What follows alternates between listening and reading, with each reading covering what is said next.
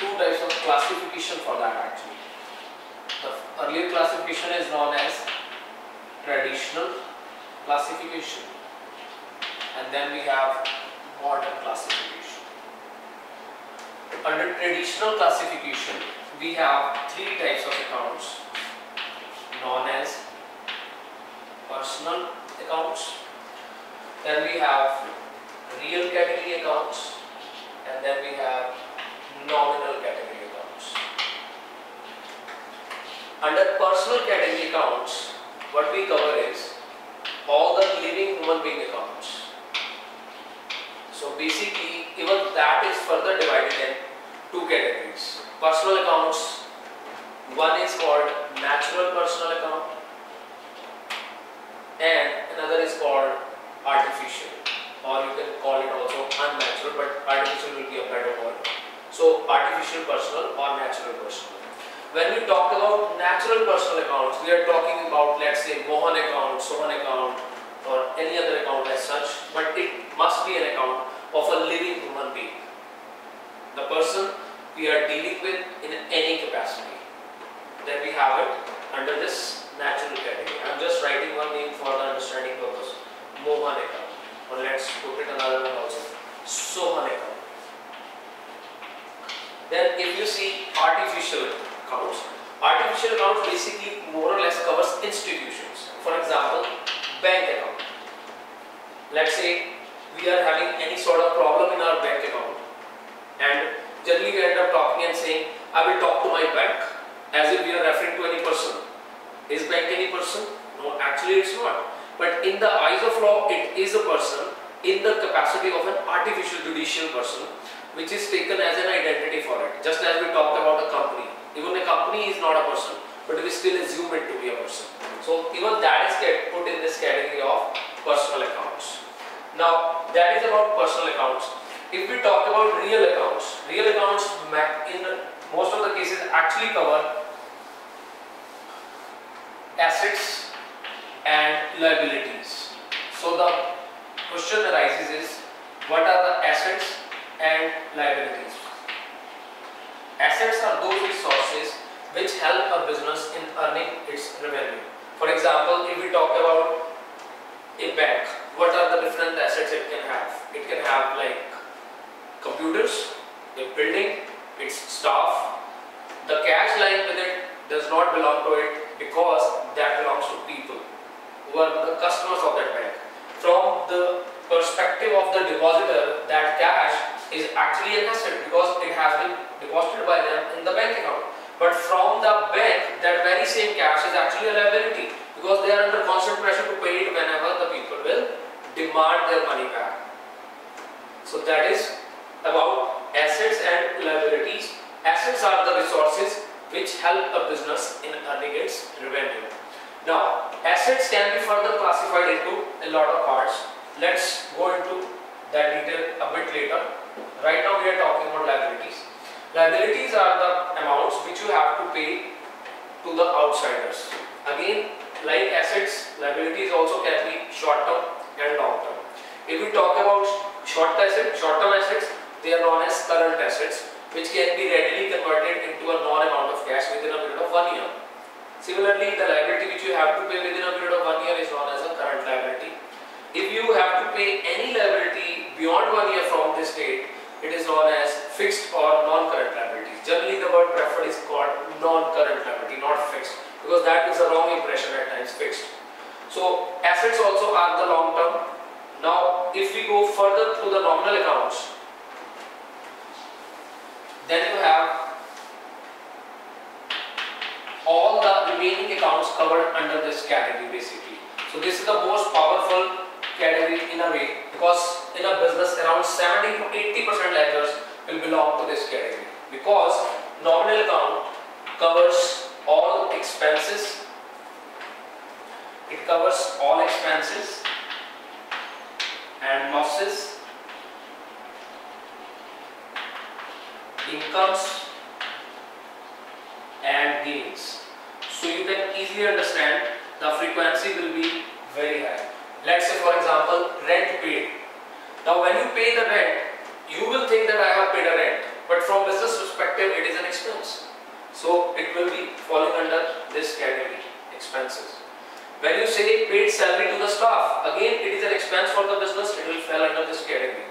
When you reverse it, you say I received the rent, then it is a income for you, but it still falls under nominal account category. So it's definitely is the category which covers maximum accounts in the business. Now if we talk about losses and gains and expenses, let's first compare expenses and losses. When you spend some money and you get anything out of it, you tend to have spent that money. That is an expense for you. But when you have lost that money, in other words, you did not got any benefit out of it, then it is a loss for you. For example, if I go to the market and buy a packet of chips and a Pepsi, I'll be spending around 40 to 50 rupees. I will say that is my expense against which I got a Pepsi and a chips packet. But if suppose on the way to my market, I lost that 50 rupees note from my pocket, I didn't get anything in return. That is not my expense. That is actually my loss.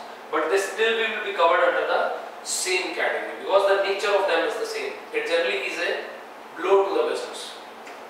Similarly, if you talk about incomes and gains, income is any amount of money which comes to the business with certain sort of regularity. That regularity can be weekly, monthly, bi-weekly, half-yearly, quarterly or anything else. But gains is something which comes out of the blue. Let's say lottery won by the businessman. Lotteries are not won on daily basis. So that is a gain. Similarly, there is a plot of land lying with the business and you sold it, you purchased it for 10 lakh rupees and you sold it for let's say 16 lakh rupees. You earned a gain of 6 lakh rupees. Now the question arises, why we cannot call that gain of 6 lakhs an income of us? No, because to buy the plots and keep on selling them is not our business. So the income we earn is from the business we are conducting and gain can come from one-off transactions, and that is not going to our business. That is something different. That is just kind of a side investment or a side business. So that is about these four things: expenses, losses, incomes and gains, but they all fall under the same category called nominal accounts. Now let's concentrate on the rules for these three types of accounts first, and then we'll go on the modern classification. The rule for personal account actually says debit the receiver and credit the giver. Personal account, debit the receiver and credit the giver.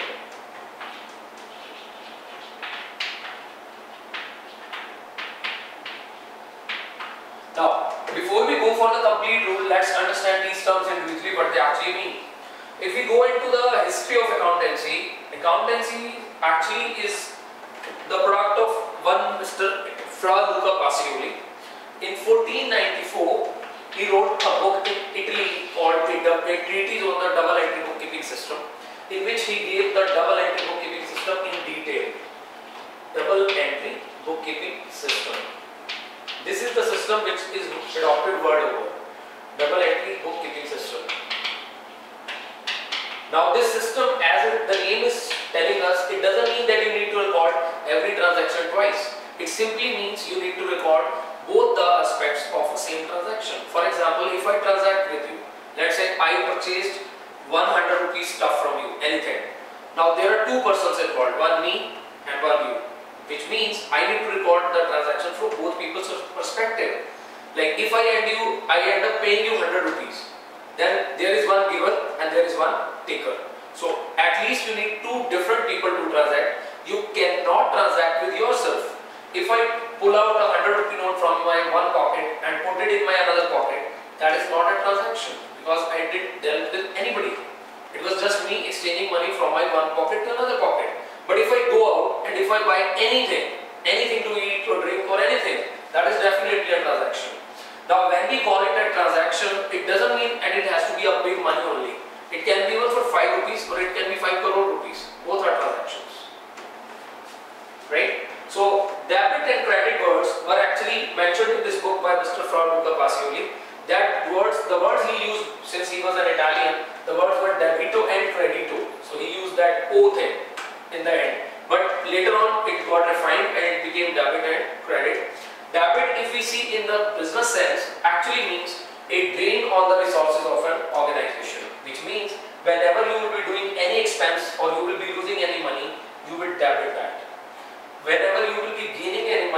you will be having any income of any sort, you will be crediting that. So in other words, when there is a decrease in owner's claim in the business, it will always be debited. And when there is an increase in owner's claim, it will be always credited. And these are the only two terms which are there for this purpose. Now let's comprehend this rule with the help of an example. Personal account says debit the receiver and credit the giver. If I go for a transaction, if I go for a transaction and I write in that purchase goods of rupees 10,000 from Mr. A and paid in cash. Purchase goods of rupees 10,000 and paid in cash.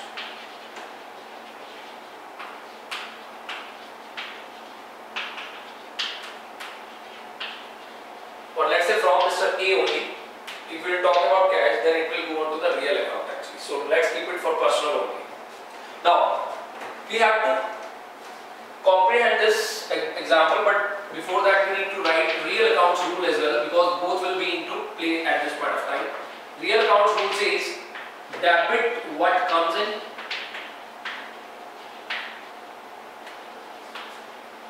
and credit what goes out. And when I am writing these rules, I am definitely writing these rules from the perspective of business, not businessman, because they are two different identities. Now, debit what comes in and credit what goes out. We will be seeing how this rule is going to be applied on this particular transaction. What the business has done is, business has purchased goods of rupees 10,000 from Mr. A. Now, Mr. A is a living human being, which clearly will direct us to apply this rule, which says debit the receiver and credit the giver. Now, let us think from the business perspective. We have purchased goods, and if I am business, that means goods are coming to me. And who is the giver of those goods? Mr. A. Okay, so we have found one part of the answer, half of that he is going to get the credit from us, because he is the giver. Now the bottom line is what needs to be debited in that case. Debit what comes in. If we see again from business perspective, goods are coming in. So goods will be debited and Mr. A will be credited. So the transaction will go like that. Purchase account will be debited. Again for goods, we use the term purchase in business. We don't write goods. And to Mr. A. And of course amount will be 10,000 and 10,000. Because debit what comes in, goods are coming in. So I put it through the debit. And I took it from Mr. A. Mr. A is a living human being and he is the giver of the goods in this case. So credit the giver. Now this is transaction number 1 from me. Let's say I am about to pay Mr. A 10,000 rupees, the one I purchased for. So what will be the rule again? I am about to pay Mr. A for the payment I was supposed to do him, make it for this goods. Now the things will change. Mr. A is the one who is receiving the money from me, and from business perspective cash is going out. So Mr. A will now be debited because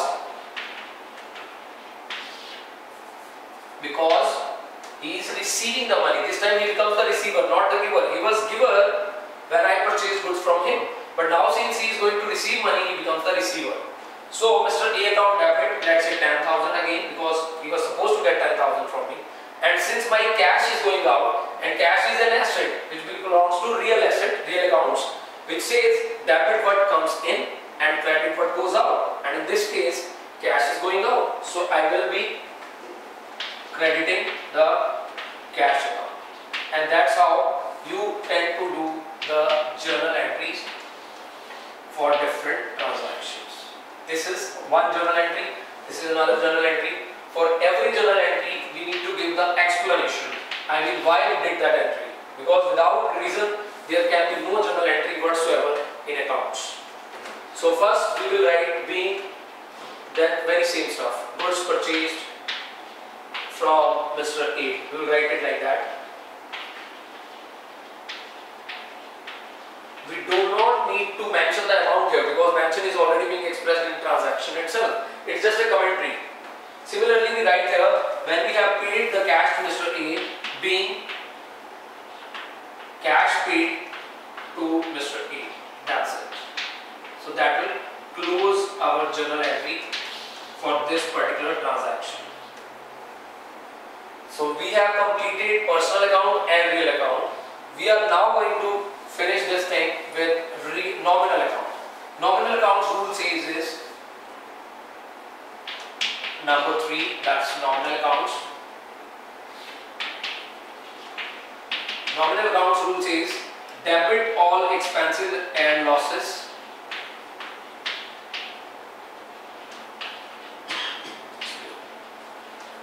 Credit all incomes and gains.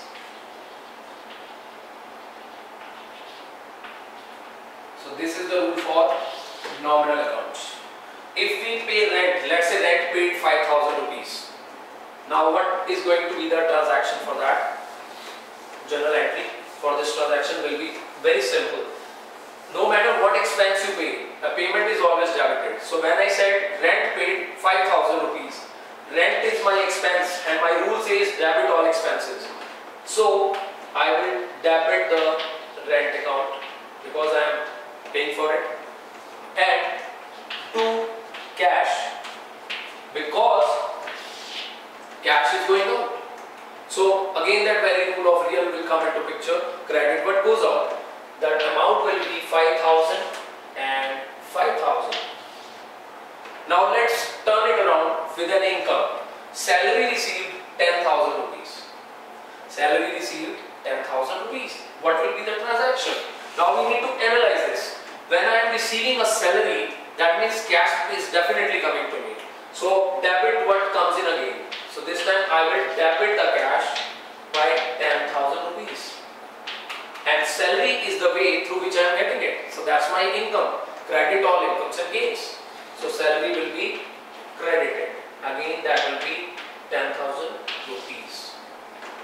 This is how we make different kinds of journal entries. This is the very first step in an accounting process, which is officially known as recording of transactions. After recording of the transactions, if we want to know how much we are supposed to get from a person at the end of a certain duration, let's say a month or a week or a year, generally it is monthly or quarterly basis, more or less. We need to classify the accounts, because if we won't be classifying, it will become almost impossible for us to judge that how much net amount that particular person is supposed to take from me or I am supposed to pay to him. So we classify them under different heads, but all transactions relating to a particular person are kept at one place only. That particular account which we have opened for that person is known as his person or that person's ledger. And then even the ledger making is not sufficient. That second step where we have classified the different ledgers is known as classifying. If we go further to get the final results of the business, we need to prepare a summary sheet of different ledger balances, that as a whole from the entire business community with whatever we are dealing with, how much final thing we have to pay or in what proportion we have done the expenses, how much income we have. Basically it's a summary sheet which tells you the whole story of the business in one single page. That single page or summary sheet is known as a trial balance. When you use that trial balance, you actually end up with a product called financial statements. These are also known as final accounts. Because why they are called final? Because they tell you the final result of a particular duration, which generally spans over a period of 12 months, starting from the 1st of April every year and ending on 31st March, which is known as one financial year.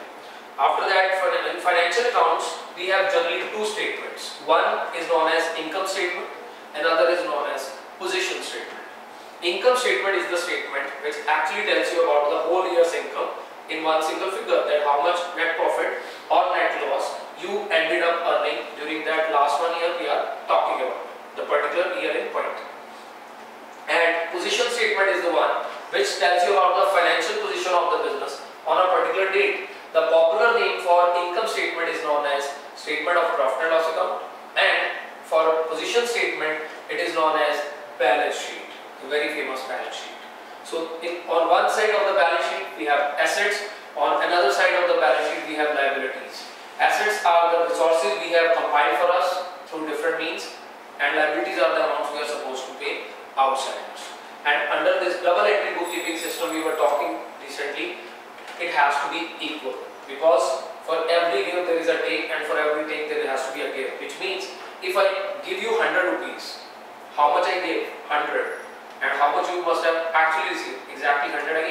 So it is same amount, and that is why the two sides of the balance sheet must tally.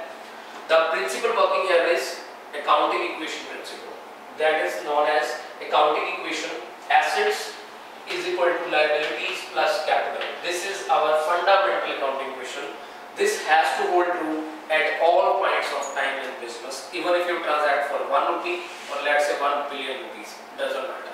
It has to be equal all the times. That is why it is also known as universal accounting equation, because no matter